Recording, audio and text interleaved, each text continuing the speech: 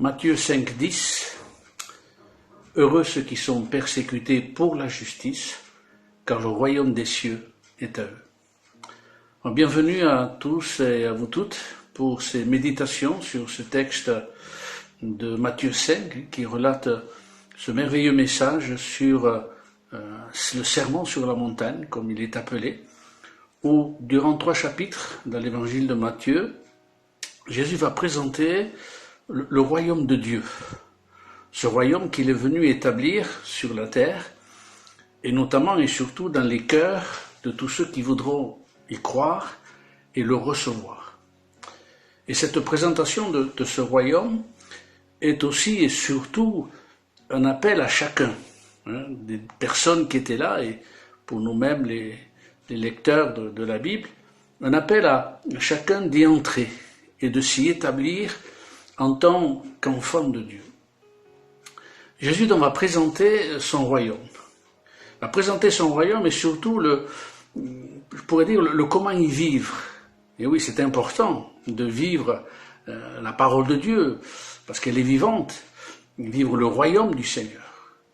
Donc, le comment y vivre, ces personnes qui étaient là et qui écoutaient, comment y vivre une relation, mais avec Dieu le Père, tel que Christ le présentera. Une relation aussi avec soi-même, dans une relation qui se voudra être profonde et vivante, d'homme à Dieu, dans une vénération et une célébration profonde. Et en même temps aussi une relation avec l'autre, mais en tant que prochain, et cela quel qu'il soit. En fait, au travers de ces paroles, Jésus, dans ce sermon, va enseigner que dorénavant, la croyance à un judaïsme qui avait pris la forme d'une religion, forgeant de cette race d'hommes et de femmes dont Ésaïe va en parler, lorsqu'il dira « Quand ce peuple s'approche de moi, parlant de la part de Dieu, il m'honore de la bouche et des lèvres, mais son cœur est éloigné de moi, et la crainte qu'il a de moi n'est qu'un précepte de tradition humaine. Dorénavant, une page se tournera, le peuple de Dieu devra, comme tout à nouveau, retrouver le chemin des anciens sentiers et laisser la place à la vraie foi, à celle que Christ fera naître dans les cœurs, mais aussi la place à la grâce et à la vérité. Ce royaume sera composé de vrais adorateurs, ceux que le Père recherche, de ceux qu'il adore, comme cela est dit dans Jean 4, en esprit et en vérité, c'est-à-dire en leur âme et conscience, dans un engagement personnel, vrai, sincère, dans l'intégrité de leur cœur, et cela sans aucune autre motivation que l'amour pour le Christ Jésus. L'amour personnel, l'affection personnelle, pour le Seigneur Jésus-Christ. Jean dira ceci dans son épître, « Pour nous, nous l'aimons, parce qu'il nous a aimés le premier. » La relation avec Dieu ne peut se vivre et se concevoir que dans le cadre de son amour. C'est ce que Simon-Pierre comprendra lorsque le Christ lui dira « Simon-Pierre, m'aimes-tu » Et cela à 3 reprises. Sous-entendu, m'aimes-tu de cet amour-là, du mien, avec lequel je t'ai aimé, et que je t'aime encore aujourd'hui, malgré que tu m'aies renié, malgré que tu n'aies pas été à la hauteur, toi qui te croyais le plus grand de tous. Oui, le cœur de Pierre a été touché, là il a compris qu'être chrétien, c'est un vrai engagement profond qui nous entraîne très loin avec la vie du Seigneur.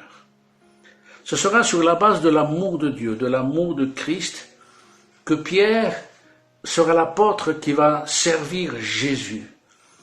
Et il va le servir dorénavant jusqu'au bout de ce que Dieu lui demandera.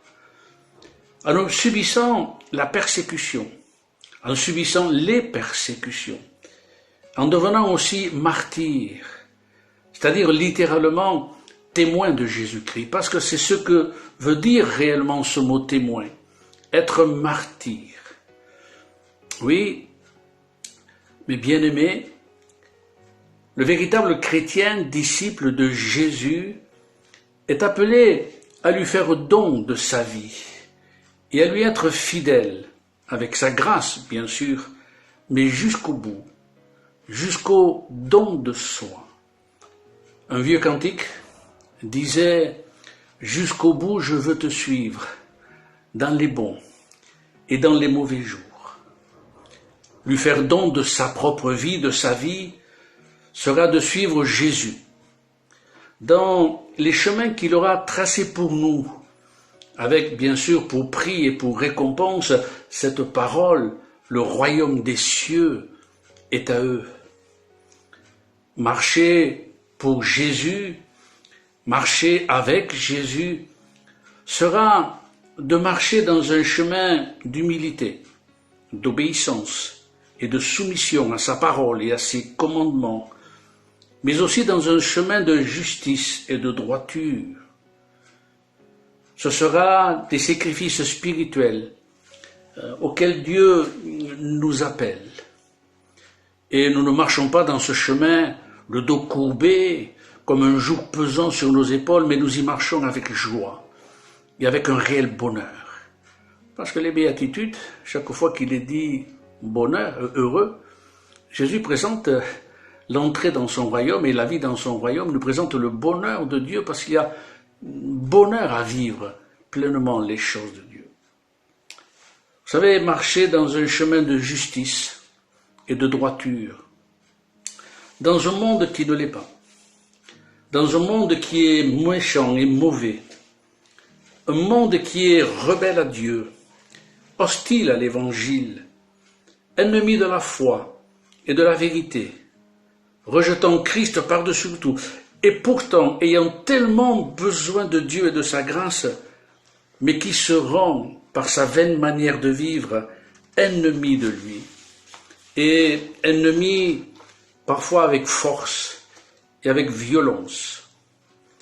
Paul aux Éphésiens dira cette parole, car nous n'avons pas à combattre contre la chair et le sang, mais contre les dominations, contre les autorités, contre les princes de ce monde de ténèbres, contre les esprits méchants dans les lieux célestes. Y aurait-il alors quelque chose d'anormal alors que, à ce que ce monde persécute les croyants dans tous les continents, dans tous les temps, là où ils se trouvent, et là où ces chrétiens vivent en professant par leur vie, leur engagement, leur proclamation, le royaume de Dieu et le roi de justice. L'apôtre Paul dira à Timothée cette parole, « Or tous ceux qui veulent vivre pieusement en Jésus-Christ seront persécutés. » Dès le début, l'Église a été persécutée. Jacques, Étienne, Pierre et Jean, Paul et Silas, l'Église de Jérusalem, les croyants dans le monde connu de cette époque, tous les apôtres à l'image du même ont payé de leur vie la cause de l'Évangile. Mais quelle grâce! Le monde connu de l'époque a connu le bouleversement que le Saint-Esprit s'est opéré dans les cœurs. Le salut s'est répandu alors bien sur la face de cette terre, comme il le fait encore aujourd'hui dans tous les continents et dans notre beau pays de France. Ce sont les justes qui bousculent la quiétude des injustes, qui veulent vivre dans le mal sans que leur conscience soit condamnée. Vous savez, seule la lumière dérange les ténèbres. Les porteurs de lumière sont en horreur à ceux qui vivent dans les ténèbres. Job dérangeait beaucoup Satan, qui se promenait sur la terre pour y semer son ivraie et son mal. Mais la persécution de cet homme nous interpelle. Mais combien la persécution d'un homme, Job, persécuté dans son corps, dans son âme et dans son esprit, par le deuil, la maladie, la solitude, incompris de son épouse, rejeté par ses amis, abandonné par ceux qui le connaissaient et qui avaient profité de sa générosité. Job a été raillé, moqué. Mais combien d'hommes et de femmes passant par les mêmes épreuves dans les siècles passés ont été encouragés par son expérience et sa fidélité, et cela de génération en génération, jusqu'à aujourd'hui. Cet homme a marché dans la justice et dans la droiture. Était-il seul dans son épreuve? Non. Il était avec son Dieu qui l'a justifié, qui l'a restauré, qui l'a relevé et rétabli dans ce qu'il était, avec une foi encore plus grande. L'homme juste et intègre qu'il était, il l'était dorénavant encore plus. Deutéronome, il est écrit ceci: sache donc que c'est l'Éternel ton Dieu qui est Dieu. Ce Dieu fidèle garde son alliance et sa miséricorde jusqu'à la 1000e génération envers ceux qu'il aime et qui observent ses commandements. L'épreuve, la difficulté, la persécution aura toujours un sens et une raison qui souvent n'appartiennent qu'à Dieu. Étienne, persécuté, martyrisé, savait-il qu'un jeune homme du nom de Saul de Tarse assistait à sa lapidation et approuvait son meurtre? Sa mort n'a pas été vaine, car plus tard, celui qui dorénavant s'appellera Paul dira, parlant d'Étienne, « Étienne, ton témoin ». La persécution, la souffrance d'Étienne a eu un réel impact dans son cœur. Et je veux croire que c'est à partir de ce moment-là que le Saint-Esprit a travaillé le cœur de cet homme pour être appelé à ce à quoi Dieu l'appelait. Oui, dans le livre des psaumes, il est dit « Ceux qui sèment avec larmes moissonneront, avec chant d'allégresse ». Ah, quelle parole que cette béatitude! Heureux ceux qui sont persécutés pour la justice, car le royaume des cieux est à eux. Cette parole, nous voyons qu'elle ne vient pas en tout début des paroles de Christ dans l'évangile de Jean, dans l'évangile de Matthieu, chapitre 5. Pourquoi n'est-ce pas été la première des béatitudes? Parce qu'il est impossible à de tels sacrifices pour celui qui vient de recevoir Jésus-Christ et qui commence ses premiers pas avec Dieu. Mais dans notre marche avec Dieu, le Seigneur nous conduit avec sa grâce à sa stature parfaite. Il nous apprend à grandir, à nous affermir en lui, à nous enraciner en lui, à passer de ce stade d'enfant à d'homme fait, c'est-à-dire homme dans lequel l'œuvre de Dieu est parfaite, c'est-à-dire tout simplement ayant acquis une maturité spirituelle. L'apôtre Jean dira ceci: tel il est, tel nous sommes dans ce monde. C'est en cela que l'amour est parfait en nous, afin que nous ayons de l'assurance au jour du jugement. D'ailleurs, la fin de ces béatitudes, il y a la conclusion que Jésus donnera, et qui est la sainte vocation de son Église et de chacun d'entre nous, être sel et lumière de la terre. Un sel qui ne doit pas perdre sa saveur, mais qui doit donner soif et envie de venir à Christ.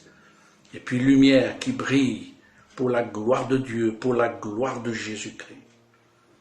Chers amis, j'aimerais laisser sur vos cœurs ces paroles à vous qui peut-être passez par l'épreuve, qui passez peut-être par la fournaise et vivez ces choses comme une véritable persécution et souffrez de voir vos frères et sœurs dans la foi être persécutés dans le monde. Simplement, ces paroles de l'apôtre Paul. Dans Romains chapitre 8, verset 35, qui dira « Qui nous séparera de l'amour de Christ? Sera-ce la tribulation, ou l'angoisse, ou la persécution, ou la faim, ou la nudité, ou le péril, ou l'épée? Selon qu'il est écrit, c'est à cause de toi qu'on nous met à mort tout le jour, qu'on nous regarde comme des brebis destinées à la boucherie. Mais dans toutes ces choses, nous sommes plus que vainqueurs par celui qui nous a aimés. Car j'ai l'assurance que ni la mort, ni la vie, ni les anges, ni les dominations, ni les choses présentes, ni les choses à venir, ni les puissances, ni la hauteur, ni la profondeur, ni aucune autre créature ne pourra nous séparer de l'amour de Dieu manifesté en Jésus-Christ notre Seigneur. Amen. Te bénissons, Seigneur, et nous te rendons grâce pour ta parole. Elle fortifie nos cœurs et elle fortifie nos âmes. Merci, Seigneur, de parler ce matin encore dans nos cœurs, afin de nous amener à grandir en toi.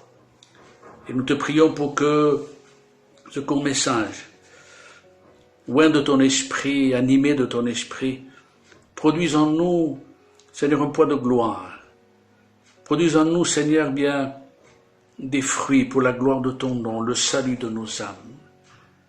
Te prions, Seigneur, de nous aider chaque jour, de puiser en toi toutes les ressources spirituelles afin d'être toujours gardés, debout devant toi, comme un homme de Dieu, comme une femme de Dieu.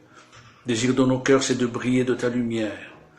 C'est, Seigneur Jésus, d'être tes enfants, afin que le monde puisse te voir au travers de nous. Au travers de ce temps, Seigneur, de confinement, de ce temps particulier, nous te prions pour ce monde perdu, afin que tu puisses te révéler dans les cœurs. De nous utiliser, Seigneur, par le moyen de la prière, à bénir ce monde, cette humanité, à bénir ton Église, à nous bénir les uns les autres, afin que nous puissions, Seigneur Jésus, être bénis de ta part, mais surtout, Seigneur, marcher véritablement dans tes voies. Te prions pour nos frères persécutés, ceux qui le sont au loin, ceux qui le sont auprès, peut-être en cachette, de fortifier les cœurs et de nous rendre plus que vainqueurs en toi. Merci Jésus. Amen.